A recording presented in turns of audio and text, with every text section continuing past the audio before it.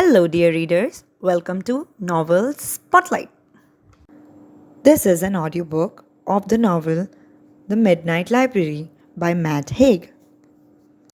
Part 2, Chapter 3, String Theory. 9.5 hours before she decided to die, Nora arrived late for her afternoon shift at String Theory. I'm sorry, she told Neil in the scurfy little windowless box of an office.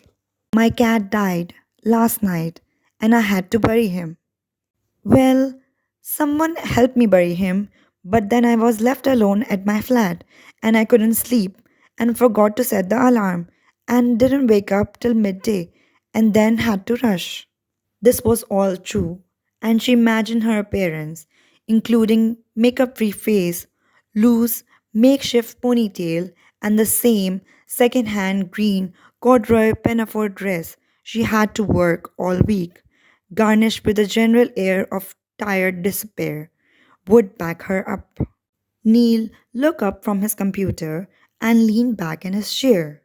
He joined his hands together and made a steeple of his index fingers, which he placed under his chin, as he was Confucius, contemplating a deep philosophical truth about the universe rather than a boss of a musical equipment shop dealing with a late employee.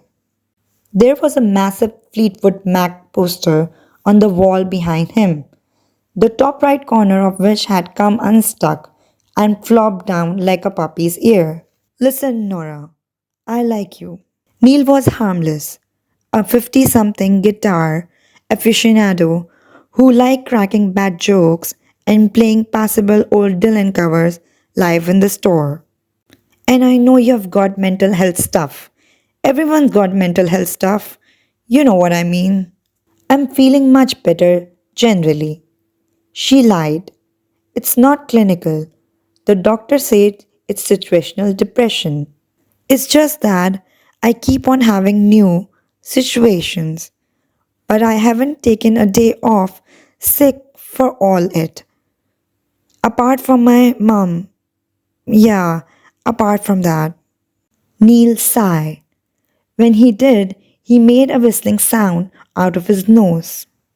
An ominous B flat. Nora, how long have you worked here?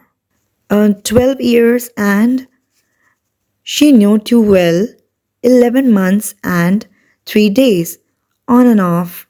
That's a long time. I feel like you are made for better things.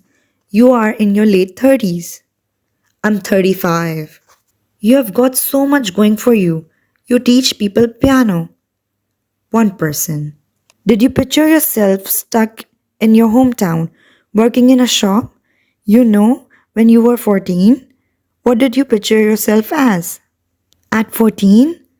A swimmer. She'd be the fastest 14 years old girl in the country at breaststrokes and faster second at freestyle. She remembers standing on a podium at the National Swimming Championships. So, what happened? She gave the short version. It's a lot of pressure.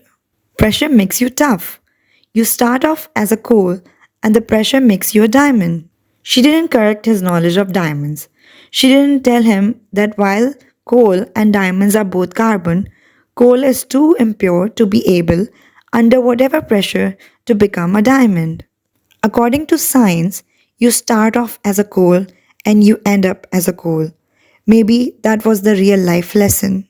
She smoothed a stray strand of her coal black hair up towards her ponytail. What are you saying, Neil? It's never too late to pursue a dream.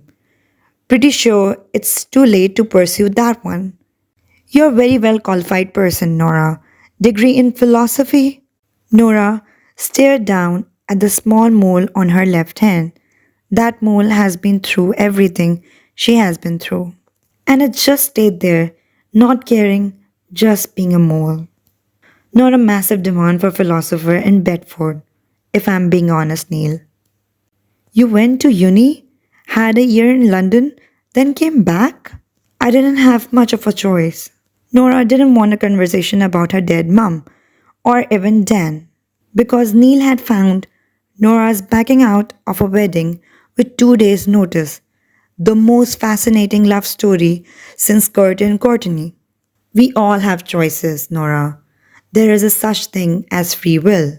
Well, not if you subscribe to a deterministic view of the universe. But why here? It was either here or the Animal Rescue Center. This paid matter. Plus, you know music. You were in a band with your brother. I was the labyrinth. We weren't really going anywhere. Your brother tells a different story. This took Nora by a surprise. Joe, how do you? He bought an amp, Marshall DSL 40. When? Friday. He was in Bedford? Unless it was a hologram, like Tupac. He was probably visiting Ravi. Nora thought. Ravi was her brother's best friend. While Joe had given up the guitar and moved to London for a crap IT job he hated, Ravi had stuck to Bedford. He played in a cover band now called Slaughterhouse 4, doing pub gigs around town.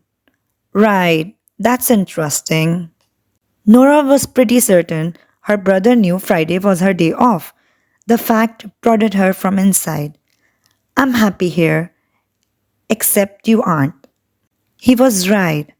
A soul sickness festered within her. Her mind was throwing itself up. She widened her smile. I mean, I'm happy with this job. Happy as in, satisfied. Neil, I need this job. You're a good person. You worry about the world, the homeless, the environment. I need a job. He was back in his Confucius pose. You need freedom. I don't want freedom. This isn't a not profit organization, though I have to say it is rapidly becoming one. Look, Neil, is this about what I said the other week? About you needing to modernize things? I've got some ideas of how to get younger. No, he said defensively. This place used to be guitars, string theory. Get it? I diversified, made this work. It's just that when times are tough, I can't pay you to put off customers with your face looking like a wet weekend. What? I'm afraid, Nora. He paused for a moment. About the time it takes to lift an axe in the air. I'm going to have you let you go. Chapter 4. To survive is to suffer. 9 hours before she decided to die, Nora wandered around Bedford aimlessly. The town was a conveyor belt of despair. The Pebble Dash Sports Center, where her dead dad once watched her swim length of the pool. The Mexican restaurant where she had taken Dan for fajitas. The hospital where her mom had treatment. Dan had texted her yesterday. Nora, I miss your voice. Can we talk? TX. She said she was stupidly hectic. Big lol. Yet it was impossible to text anything else. Not because she didn't still feel for him, but because she did. And couldn't risk hurting him again. She had ruined his life. His life is chaos, he told her via drunk text shortly after the would-be wedding she pulled out of 2 days before. The universe tended towards chaos and entropy. This was a basic thermodynamics. Maybe it was basic existence too. You lose your job, then more shit happens. The wind whispered through the trees. It began to rain. She headed towards the shelter of her newsagents with the deep and, as it happened, correct sense that things were about to get worse.